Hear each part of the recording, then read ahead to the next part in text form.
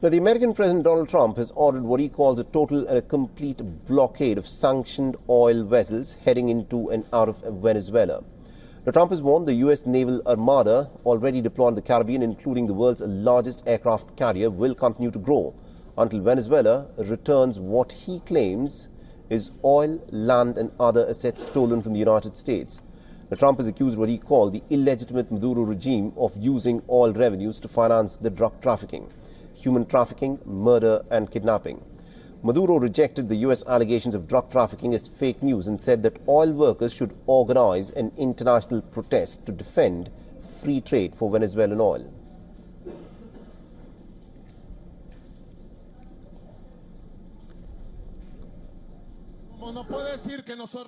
We tell the people of the United States our truth, and it is very clear. Imperialism and the Nazi-fascist right wing want to colonize Venezuela to take our wealth, oil, gas, gold, iron, aluminum and other minerals.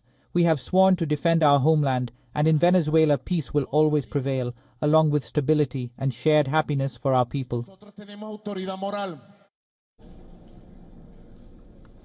On Tuesday, the U.S. Federal Aviation Administration issued a renewed warning urging civilian aircraft to exercise caution in Venezuelan airspace, citing worsening security conditions and heightened military activity.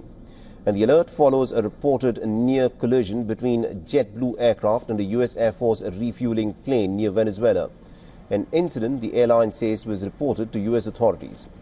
The warnings have disrupted air travel across the region, with several airlines avoiding Venezuelan airspace altogether. Venezuela has now complained to the UN Security Council over what it calls the illegal seizure of its oil tanker by U.S. forces in the Caribbean, and has demanded for the release of the crew members on board the seized vessel. The United Nations Human Rights Chief Volker Turk has urged Venezuela to immediately release all those people detained for their activities in civic space.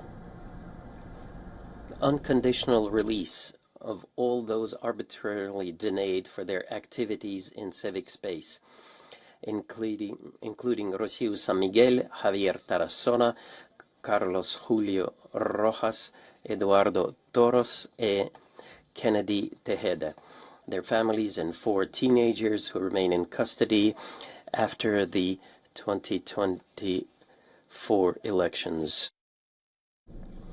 The former Mexican President Ernesto Zedillo has said that Venezuela's political crisis must be resolved internally, rejecting any foreign military intervention.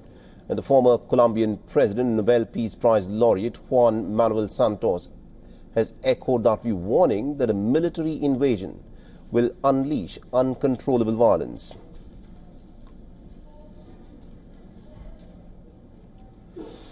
And the Chilean president-elect, José Antonio Cast, has said that he supports ending the dictatorship of the Venezuelan president. I support any situation that ends a dictatorship, a narco-dictatorship. We clearly cannot intervene in that because we are a small country, but we are victims of the terror that comes from having a dictatorship. Now, back in the United States, lawmakers were briefed on the military build-up and the deadly boat strikes near Venezuela, with Republican leaders calling these actions necessary to protect U.S. interests. The U.S. Secretary of War Pete Hegseth has said that there are no plans as of now to release the unedited videos of the 2nd of September strikes on a suspected drug trafficking boat in the Caribbean.